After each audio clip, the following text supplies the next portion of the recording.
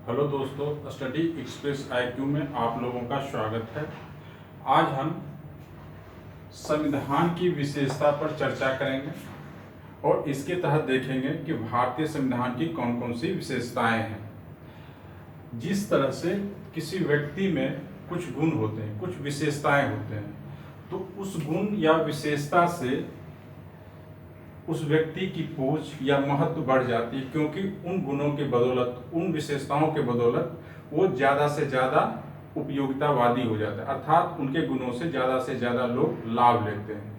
अर्थात जिस व्यक्ति में जितने ज़्यादा गुण होंगे, समाज उनके गुणों से उतने ही ज़्यादा लाभान्वित होगा। उसी तरह से संविधान की जितनी ज़्यादा विशेषताएं होंगी, उतना ही हमारे देश के लोग ज़्यादा से ज़्यादा लाभान्वित होंगे।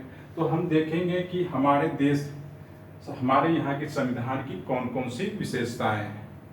सर्वप्रथम हम देखते हैं, सबसे पहली विशेषता क्या है। सबसे लंबा एवं लिखित संविधान।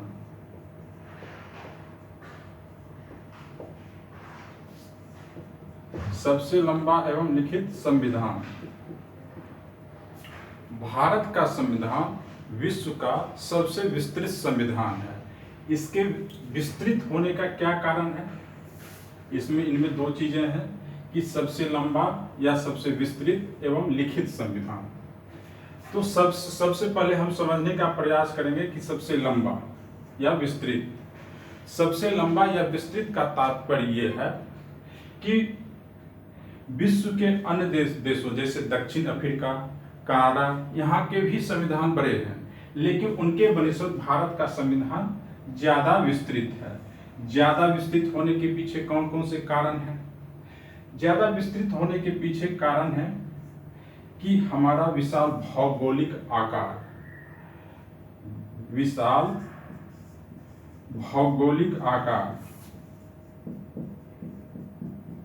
भौगोलिक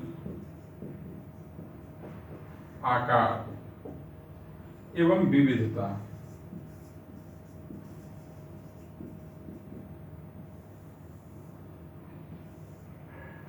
विशाल भौगोलिक आकार होने के कारण, चूंकि अलग अलग क्षेत्रों की अपनी अलग अलग विशेषताएं होती हैं और अलग अलग क्षेत्रों की अलग अलग विशेषता होने के कारण उनकी अपनी अलग अलग मांगे होती हैं, उनकी अपनी अलग अलग जरूरतें होती हैं। उनकी जरूरतों को पूरा करने के लिए संविधान सभा ने कि समाज का अंतिम व्यक्ति भी भारतीय लोकतंत्र की जो स्थापना हो रही थी उस लोकतंत्र का फायदा उठाए, उनके लिए भी, समाज के अंतिम व्यक्ति के लिए भी सोचा गया। तो विभिन्न क्षेत्रों में अलग अलग जाति धर्मों के जो लोग रहते हैं, तो सबके सब इस संविधान में समाहित हो जाए, तो उनके लिए भी प्रावधान किया गया है। जैसे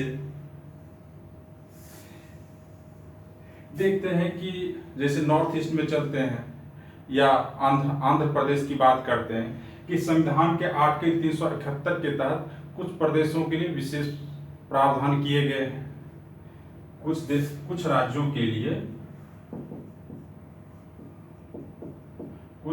के लिए विशेष प्रावधान।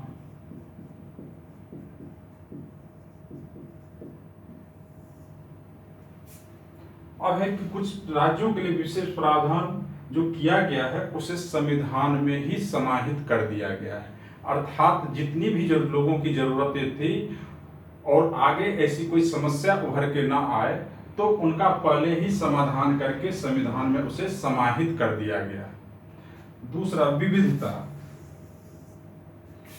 विविधता किस किस आधार पर, वो चाहे भाषा के आधार पर हो, क्षेत्र के आधार पर हो, जाति के आधार पर हो या धर्म के आधार पर हो, तो विविधता होने के कारण उनकी मांगे भी अलग अलग हैं।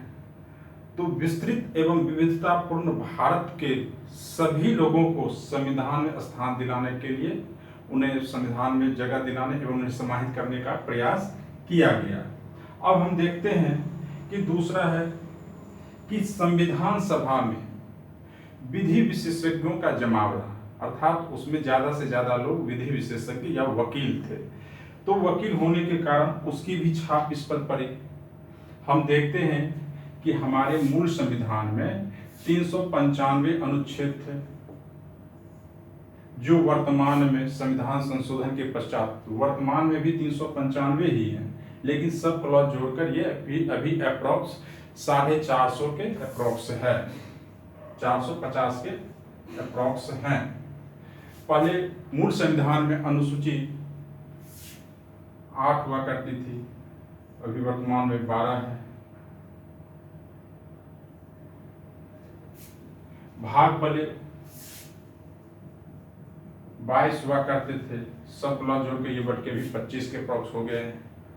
तो इस तरीके से देखते हैं कि भारत का संविधान विश्व के अन्य संविधानों से अलग है, क्योंकि इनमें सारी चीजों का समावेश है। और समावेश क्यों किया गया है कि भविष्य में किसी प्रकार की समस्या ना उभरे। इन समस्याओं के समाधान के लिए कि समस्या का समाधान पहले ही इन्होंने संविधान में समाहित कर दिया। दूसरी तरफ देखते हैं,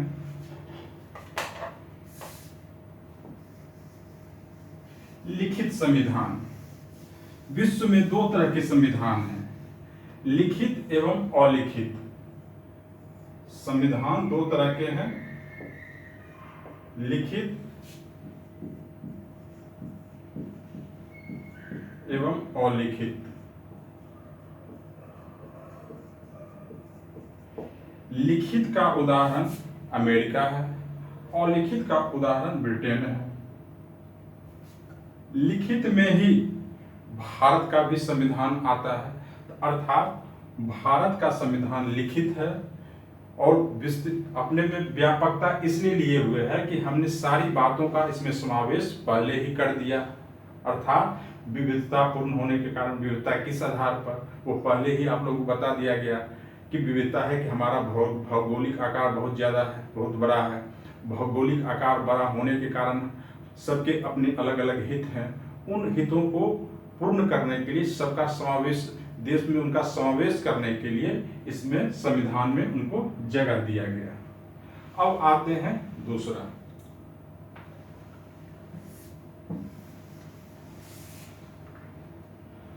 है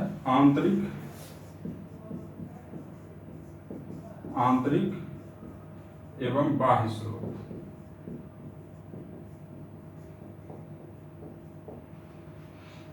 अब हमें इसे इस तरीके से समझेंगे कि जब हम अपने घर का निर्माण करते हैं तो निर्माण के दरमियान जो उसमें सामग्री लगती है, तो हम पहले देखते हैं कि ये इन सारी सामग्रियों में कौन सी सामग्री हमारे पास उपलब्ध है।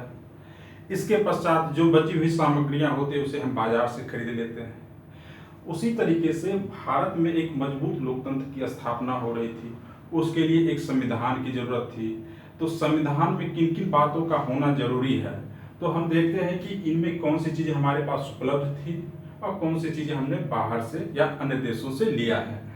तो हमारे देश में चूंकि स्वतंत्रता प्राप्ति से पहले अंग्रेज जो विधि बनाते थे उन विधियों से हम शासित होते थे। तो आंतरिक स्रोत में देखते हैं भारत शासन अधिनियम। भारत शासन अधिनियम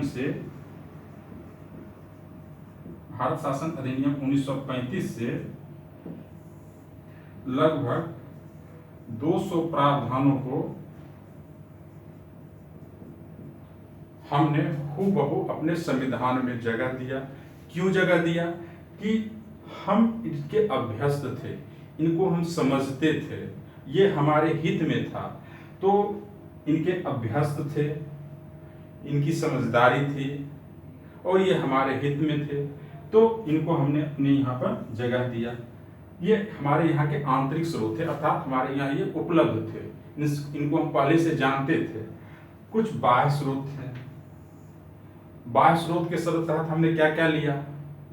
बाह्य स्रोत के तहत हम देखते हैं कि अमेरिका से हमने फंडामेंटल राइट लिया, राष्ट्रपति पर महाभियोग की प्रक्रिया, उपराष्ट्रपति का पद, उच्चतम एवं उच्च न्यायालय के न्यायाधीशों को हटाने का प्रावधान, ये सब हमने कहाँ से लिया? अमेरिका से लिया। ब्रिटेन से हमने क्या लिया? संसदीय शासन प्रणाली, एकल नागरिकता, ये सब हमने ब्रिटेन से लिया। फ्रांस से हमने क्या लिया?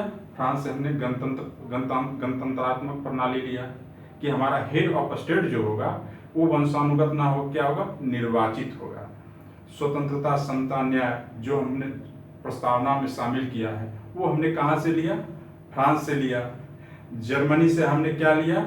आपातकाल के दरमियान मूल अधिकारों का स्थगन, ये हमने कहाँ से लिया? जर्मनी से लिया। मौलिक कर्तव्य, ये हमने कहाँ से लिया? पूर्व सोवियत संघ से लिया। संविधान संशोधन की प्रक्रिया हमने कहाँ से लिया? हमने कहाँ? दक्षिण अफ्रीका से लिया। अर्थात हम कुछ आंतरिक स्रोत के तहत देखते हैं कि भारत शासन अधिनियम 1935 से, और बाह्य स्रोत के तहत देखते हैं कि ब्रिटेन से हमने क्या लिया, अमेरिका से हमने क्या लिया, आयरलैंड से हमने क्या लिया, फ्रांस से हमने क्या लिया, जर्मनी से हमने क्या लिया। अर्थात बाह्य स्रोत को भी हमने अपने भारतीय परिवेश के अनुसार, अपनी आवश्यकता के अनुसार उन्हें ढालकर हमने अपने संविधानों से जगह दिया। अब आते हैं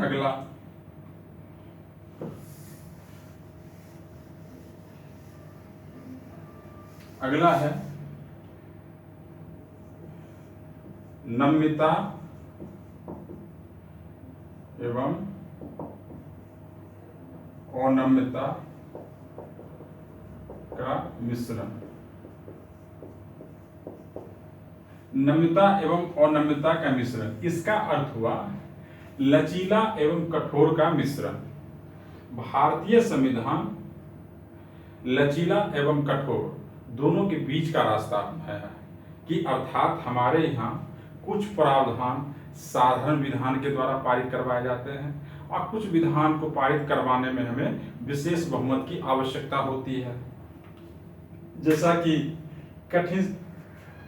कठिन का उदाहरण हम देखते हैं अमेरिका में कि वहाँ पर किसी विधान को बनाने के लिए 3/4 बहुमत की आवश्यकता होती है। अर्थात ये कठोर है कि इतना का समर्थन लेना आसान काम नहीं है। तो और हम अपने यहाँ देखते हैं कि कुछ कानूनों को पास करवाने के लिए साधारण विधान, अर्थात जो उपस्थित सदस्य हैं उनका 50% + 1। कुछ विधान को पारित करवाने के लिए पहला उपस्थित सदस्यों का 2/3 बहुमत और सदन की कुल संख्या का 50% + 1। फिर आधे राज्य का समर्थन,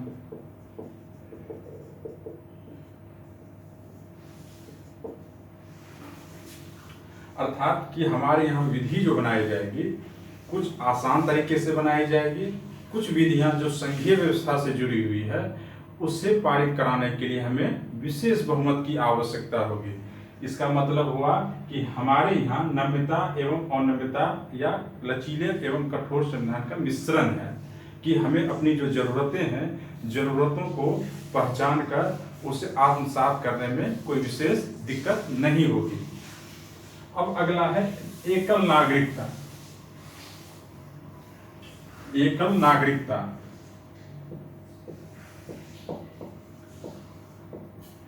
एकल नागरिकता एकल नागरिकता का प्रावधान हमने कहां से लिया? ब्रिटेन से लिया, क्योंकि हमारे यहाँ संघीय व्यवस्था है और संघीय व्यवस्था होने के नाते देखते हैं अमेरिका में दोहरी नागरिकता है, फिर भी हमने एकल नागरिकता क्यों लिया? एकल नागरिकता लेने के पीछे हम आते हैं प्रियम्बल के कुछ वर्ड को समझते हैं। हम भारत के लोग, हम भारत के लोग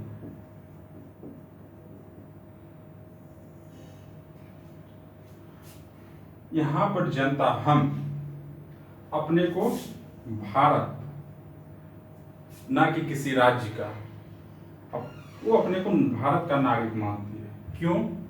कि हमारा संविधान एक है, हमारा राष्ट्र एक है और हम सभी उस भारत माता की संतान हैं।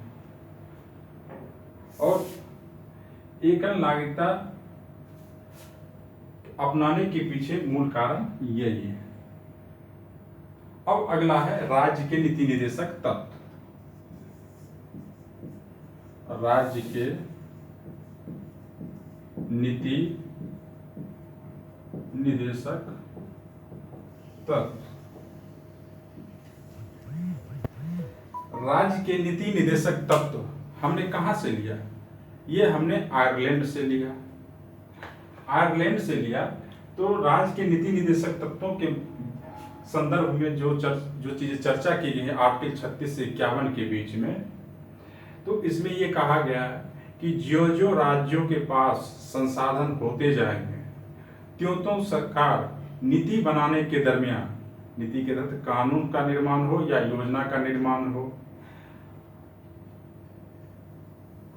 नीति के निर्माण में जो इसमें उल्लेखित किया गया है तो कोशिश रहेगी कि सरकार उनको इम्प्लीमेंट करे, अर्थात उन नीतियों में जगह दे।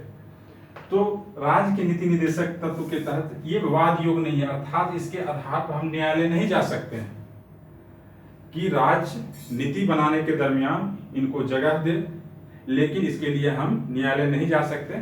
राज्य सरकार पर ये मोरल जिम्मेदारी है, नैतिक जिम्मेदारी है कि इनको इम्प्लीमेंट करे। और इसे हम देखते हैं क्या कि मिनर्वा मिल्स केस से पहले इसके बनिस्पत मूल अधिकार को प्राथमिकता था, लेकिन मिनर्वा मिल्स केस में देखते हैं कि राज्य की नीति निदेशक तत्व एवं मूल अधिकार में समन्वय स्थापित किया गया, अर्थात दोनों को साथ साथ लेकर चला जाएगा। अब आते हैं अगले पर।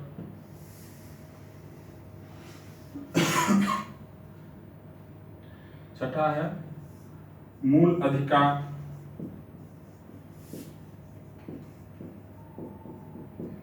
मूल अधिकार हमने कहां से लिया है? मूल अधिकार हमने अमेरिका से लिया है।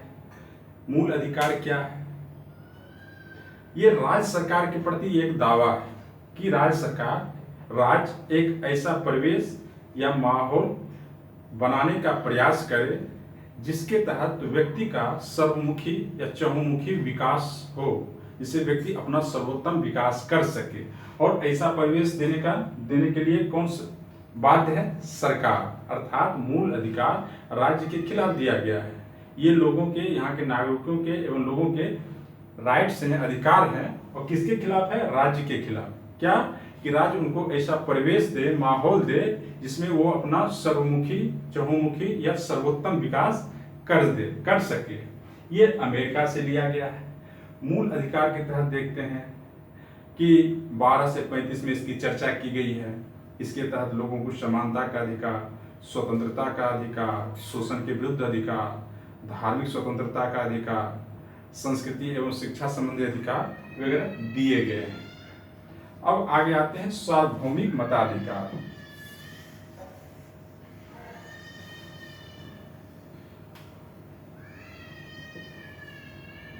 सार्वभौमिक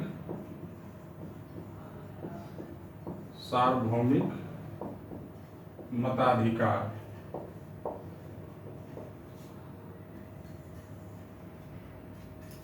सार्वभौमिक मताधिकार का मतलब हुआ सभी सक्षम व्यक्तियों को, अर्थात वयस्क व्यक्तियों को मत देने का अधिकार है। सरकार या राज्य उसमें जाति, धर्म, वर्ग, लिंग के आधार पर किसी प्रकार का भेद नहीं करेगी। पहले 21 वर्ष इसका निर्धारित किया गया था, लेकिन 61वें संविधान संशोधन के द्वारा इसे 18 वर्ष कर दिया गया।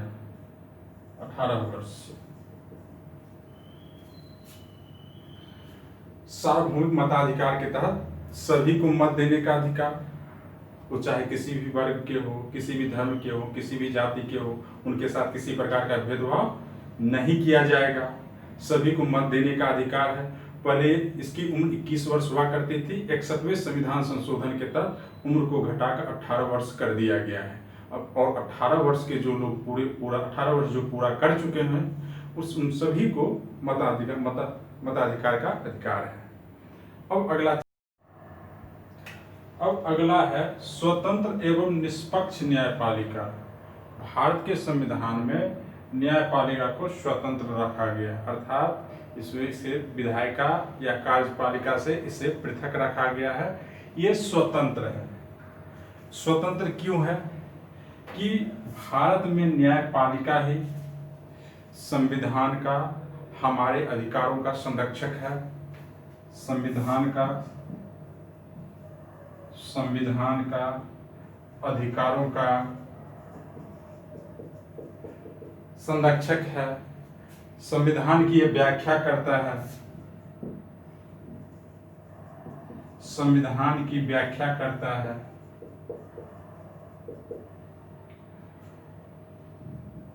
ये अपनी अवमानना करने पर ये दंड देने के अधिकार से भी युक्त है, कि अवमानना के अधिकार से भी युक्त है कि अगर न्यायपालिका की कोई अवमानना करता है तो उसे ये दंडित भी कर सकता है। तो भारत में मूलतः न्यायपालिका सुप्रीम कोर्ट, सबसे पहले सुप्रीम कोर्ट या उच्चतम न्यायालय, उसके पश्चात उच्च न्यायालय और सबसे नीचे जिला न्यायालय एवं इसके साथ मुंसिफ कोर्ट वगैरह और अन्य आ जाते हैं। ये मूलतः ये पदानुक्रम में ये तीनों हैं और ये स्वतंत्र है एवं निष्पक्ष है, इस पर किसी प्रकार का कोई दबाव नहीं है और यही हमारे संविधान एवं अधिकारों का संरक्षक एवं संविधान की व्याख्या करने वाला है। अब अगला है संसदीय शासन प्रणाली। अगला है संसदीय शासन प्रणाली। संसदीय शासन प्रणाली मूलतः ब्रिटेन से लिया गया है और संसदीय शासन प्रणाली में विधायिका एवं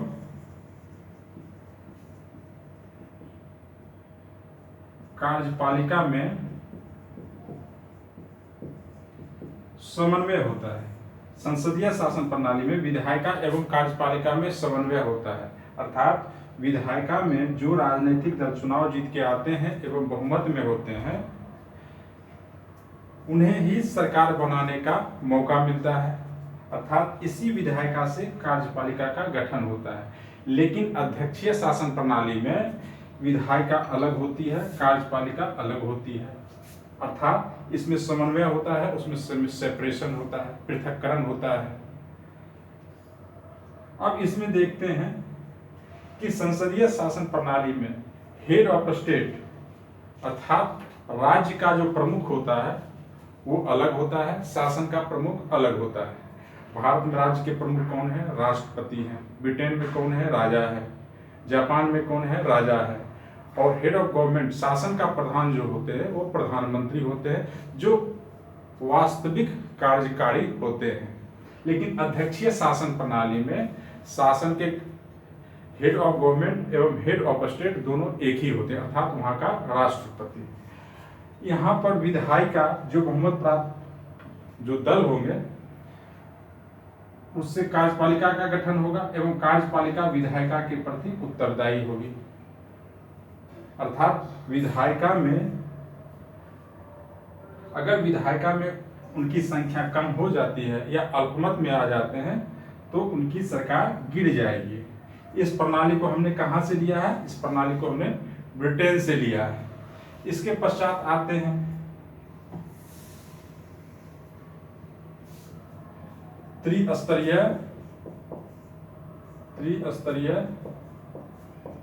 शासन। त्रिस्तरीय शासन के तहत देखते हैं कि संघीय प्रणाली में मूलतः दो स्तरों पर शासन होता है, एक केंद्र के स्तर पर, दूसरा राज्य के स्तर पर। लेकिन भारत में यह एक अनूठा उदाहरण है कि विश्व के अन्य देशों कहीं पर भी यह नहीं पाया जाता है। यहाँ पर पंचायती राज के माध्यम से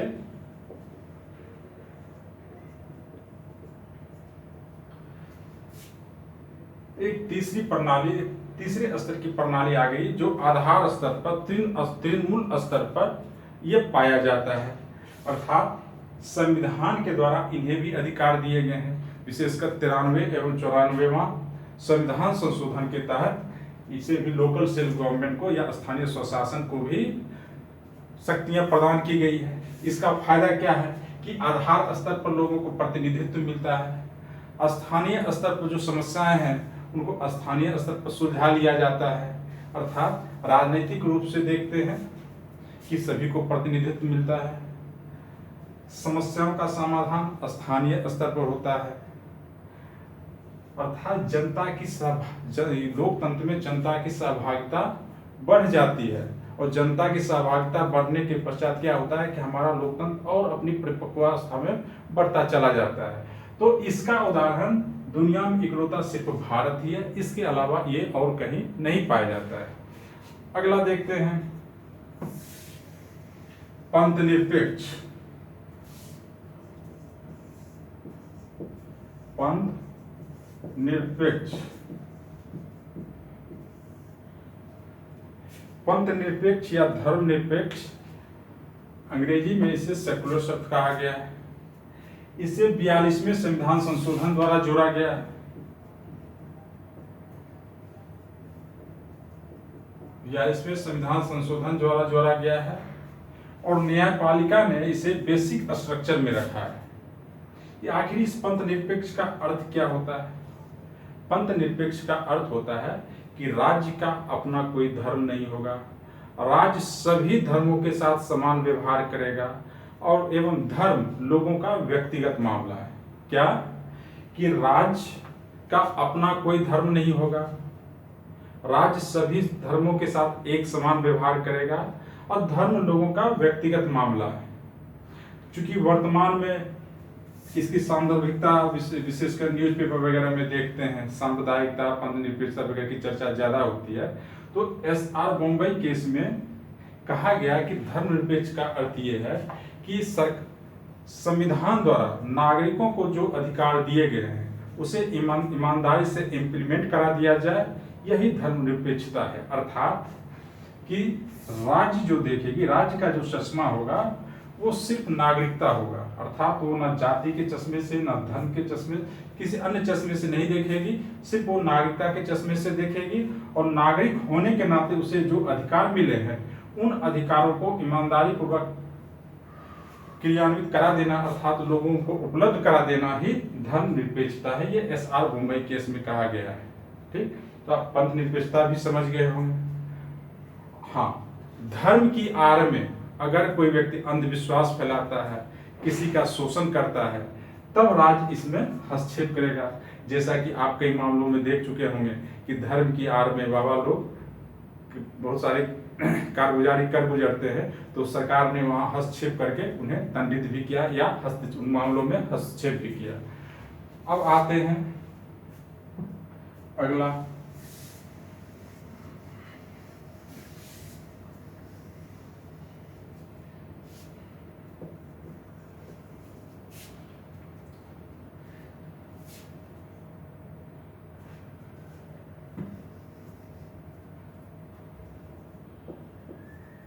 केंद्र की तरफ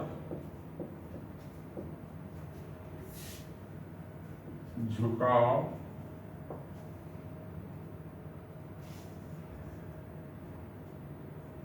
के साथ संघीय व्यवस्था।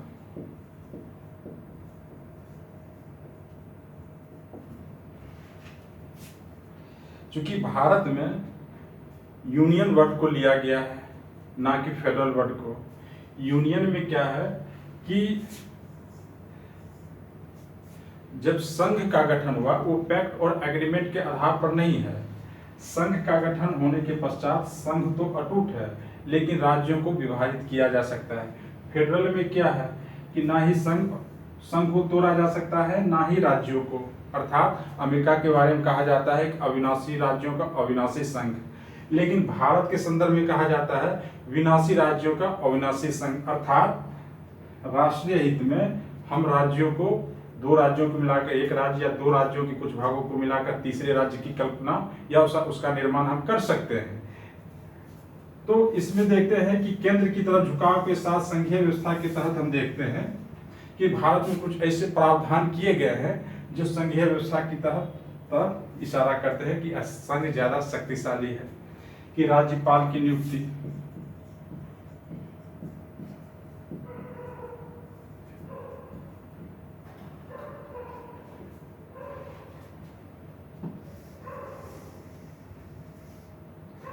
आपातकाल के दरमियान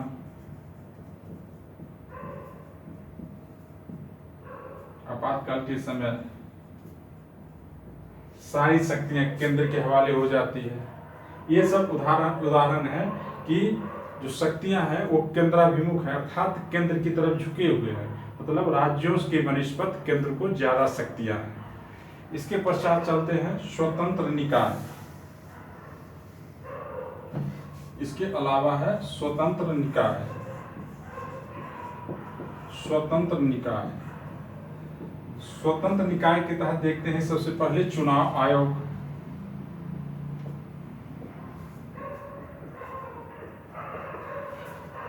चूंकि भारत में लोकतांत्रिक शासन प्रणाली है और लोकतांत्रिक शासन प्रणाली का प्लान क्या होता है, निष्पक्ष सामयिक चुनाव। निष्पक्ष सामयिक चुनाव को निष्पक्ष तरीके से कौन क्रियान्वित करेगा, तो निष्पक्ष तरीके से चुनाव आयोग ही इसे क्रियान्वित करेगा। इस पर सरकार या किसी का कोई दबाव नहीं रहता है, ये निष्पक्ष तरीके से इन कार्यों को करता है। लोकसभा विधायिका का चुनाव, लोकसभा, राज्यसभा, विधानसभा, राष्ट्रपति, उपराष्ट्रपति वगैरह का चुनाव ये चुनाव आयोग ही करवाता है और ये निष्पक्ष तरीके से ये स्वायत्त है, इस पर किसी तरह का कोई दबाव नहीं रहता है। दूसरा, लोक सेवा आयोग।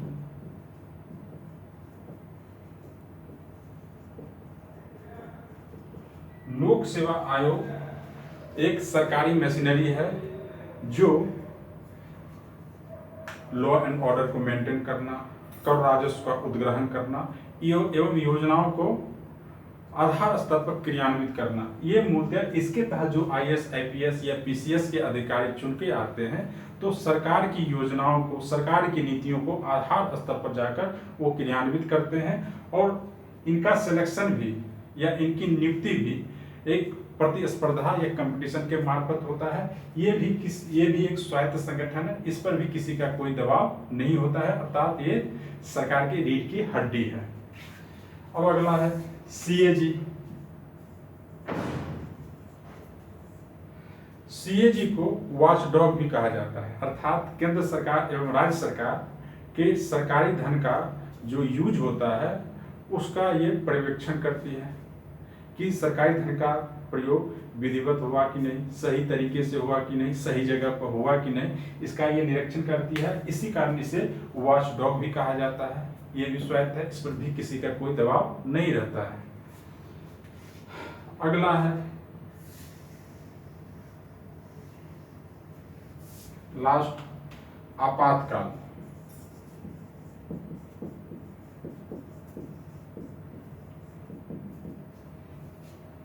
देखते हैं कि अगर देश की संप्रभुता, एकता, अखंडता, राष्ट्रीय सुरक्षा इत्यादि खतरे में पड़ती है तो हमारा देश उससे निपटने के लिए क्या करता है, आपातकाल का प्रावधान किया है।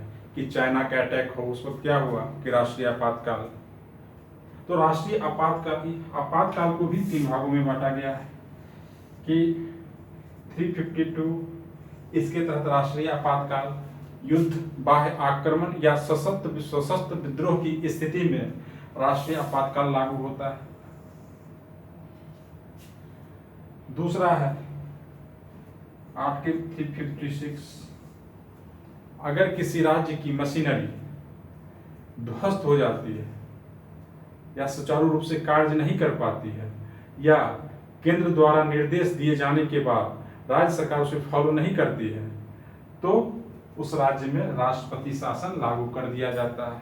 अर्थात राज्य की मशीनरी अगर विधिवत सुचारू रूप से नहीं चल रहा है और केंद्र को, राष्ट्रपति को इस बात का भाव हो जाता है कि फलाने राज्य की स्थिति सही नहीं है, तो वहां पर राष्ट्रपति शासन लागू किया जा सकता है।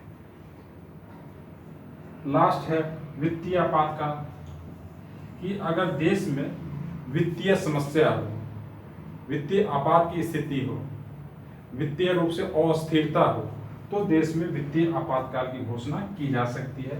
अर्थात आपातकाल राष्ट्रीय समस्याओं से, राष्ट्रीय संप्रभुता से, राष्ट्रीय सुरक्षा से, ये देश की एकता एवं अखंडता से की समस्याओं से निपटने के लिए आपातकाल की व्यवस्था की गई है, जिसके तहत आर्टिकल 352, 356 और 360 का प्रावधान किया गया है।